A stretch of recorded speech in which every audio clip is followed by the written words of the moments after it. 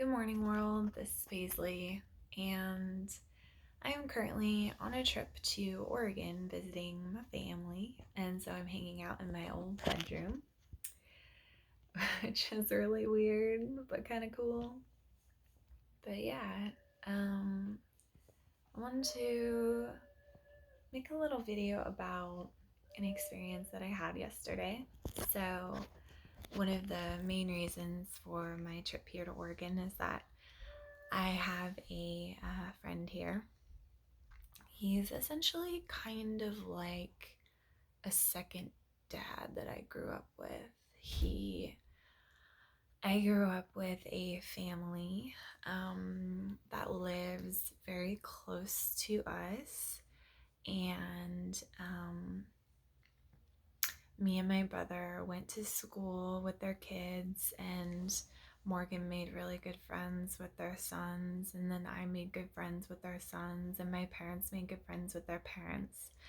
So basically, um, kind of this second family that I've had in my life since I was 11 years old. And we've done lots of family stuff together. And um, David is his name, the dad. He was pretty suddenly diagnosed with a really aggressive cancer, and he has at the most about a year to live if they if the treatment goes well. So I got the chance to visit with him yesterday, and he was much thinner than the last time I've seen him, and his voice was a lot different. It was pretty coarse. He is on a lot of pills. He spent a lot of time at the hospital. Um, but he's dying, and he's very aware of the fact that he's dying. And I just wanted to share with you guys some of the thoughts that come into the minds of people who know that they're dying. So it becomes very apparent when you're dying, how you're spending your time, and how you spend your time becomes so incredibly precious and important, and you don't really want to waste a single second. And so for him, he's really determined to spend his time with people and doing things that make him happy, doing things that he loves, and spending time with his family. And also, his his cancer isn't diet related. They're actually just concerned about him getting enough food because he hasn't had a lot of appetite. I don't know if this happens for everybody, but getting towards the end of his life, he wants to eat some good food, which would probably be me, honestly. If I knew I had about a year to live, I would be chowing down.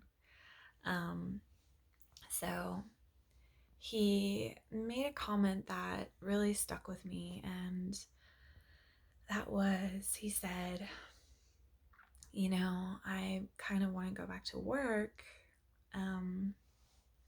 but at the same time, my wife is telling me, why would you want to go back to work and spend the time that you have here, the time that you actually feel good?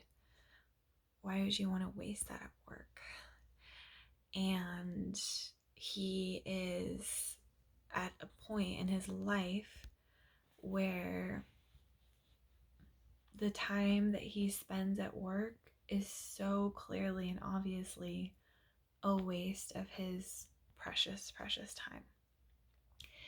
And I got to thinking about how, we all waste so much of our time at work. And a lot of us at jobs that we don't really like. And my goodness, most of us spend at least, what, 40 hours a week at a place of our work. Um, and it's easy to kind of feel right now like, oh, well, I have plenty of time. So you feel like you have plenty of time to waste because you have plenty of time. I say we don't have plenty of time to waste. And the sooner you get clear about what's important to you and what's worth spending your time on, I think the happier you're going to be. And I certainly, it's definitely,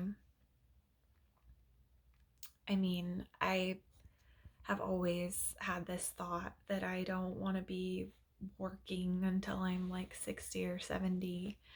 I want to have a career and I want to be able to do the things that I'm passionate about. And I don't want it to feel like work. I just want to do those things forever.